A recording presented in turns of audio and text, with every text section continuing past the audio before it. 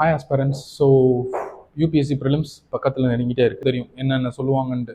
So revision பண்ணணும் and எத்தனை test எழுத முடியுமோ அத்தனை டெஸ்ட் எழுதுங்க. 100 டெஸ்ட் எழுது, 200 டெஸ்ட் எழுது, 500 டெஸ்ட் எழுது, இந்த மாதிரி எல்லாமே சொல்லிட்டு இருப்பாங்க. ரிவிஷன் உங்களுக்கு தெரியும், பேசிவாக ரிவிஷன் வந்து பண்ணியிருப்பீங்க. நம்ம ரிவிஷன் எப்படி பண்ணணுங்கிறதையும் ஒரு வீடியோ வந்து போட்டிருக்கோம். அதோட லிங்க் நம்ம டிஸ்கிரிப்ஷன்லேயே இருக்குது. எப்படி ஆக்டிவ் ரிவிஷன் வந்து பண்ணணும் அப்படிங்கிறத நம்ம சொல்லியிருக்கோம். அதையும் போய் செக் பண்ணுங்கள். ஒரு சீரியஸ் யூபிஎஸ்சி சிவில் சர்வீஸ் ஆஸ்பைரன்ஸாக இருந்தால் உங்களுக்கு இப்போதைக்கு ஃபண்டமெண்டல்ஸ் பேசிக்ஸ் எல்லாமே ஓரளவுக்கு தெரிஞ்சிருக்கும்.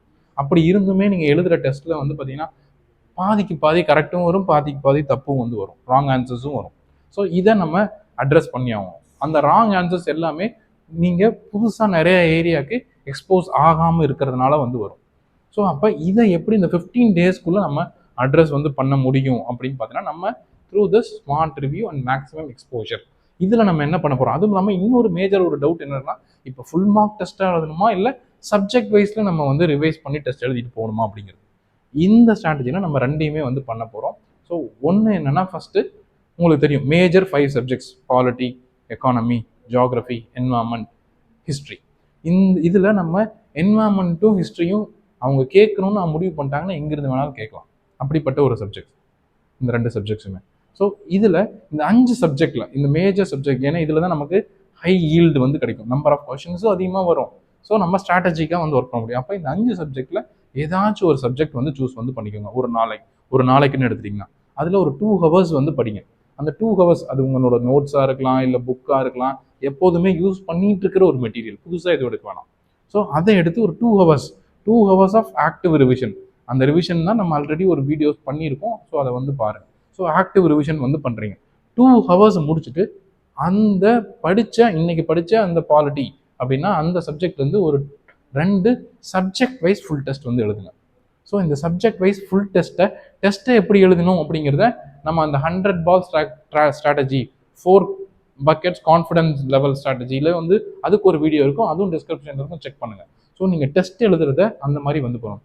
அதே மாதிரி ஓஎம்ஆர் ஷீட்டை வந்து இந்த டைமில் வந்து ப்ரிஃபர் வந்து பண்ண வேணாங்கிறது. ஏன்னா நீங்கள் குயிக்காக நிறைய ஏரியாஸ் கவர் பண்ணி ஆகும். அப்போ ஒரு குட்டியாக ஒரு நோட்டில் கூட எடுத்துகிட்டு ஃபஸ்ட்டு கொஷின் ஏ, செகண்ட் கொஷின் பி, இப்படி கூட போட்டு வந்து போகலாம்.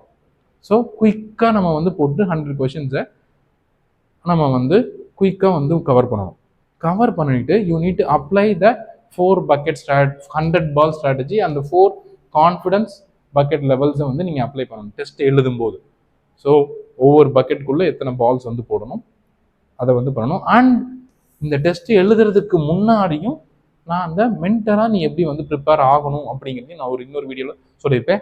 அந்த வீடியோஸையும் வந்து பார்த்தீங்கன்னா, ஸோ நீங்கள் டெஸ்ட் எழுதும்போது இந்த எல்லா டெக்னிக்ஸையும் வந்து நீங்கள் அப்ளை பண்ணி எழுதுங்க. அதே மாதிரி ஒரு 1 hour மேக்ஸிமம் 1.5 hours அதுக்குள்ளே இந்த டெஸ்ட்டை வந்து நீங்கள் முடிச்சிடணும். முடிச்சுட்டு then how you need to check the answer explanations. So இன்னும் ஒரு 1.5 ஹவர்ஸ்க்குள்ளே ரொம்ப நீங்கள் போய் டீட்டெயில்டாக இங்கே செக் பண்ணுறதுக்கு டைமும் கிடையாது நமக்கு இந்த லாஸ்ட் 15 டேஸில். அப்போ குயிக்காக போகிறீங்க, எக்ஸ்பிளனேஷன் பார்க்குறீங்க.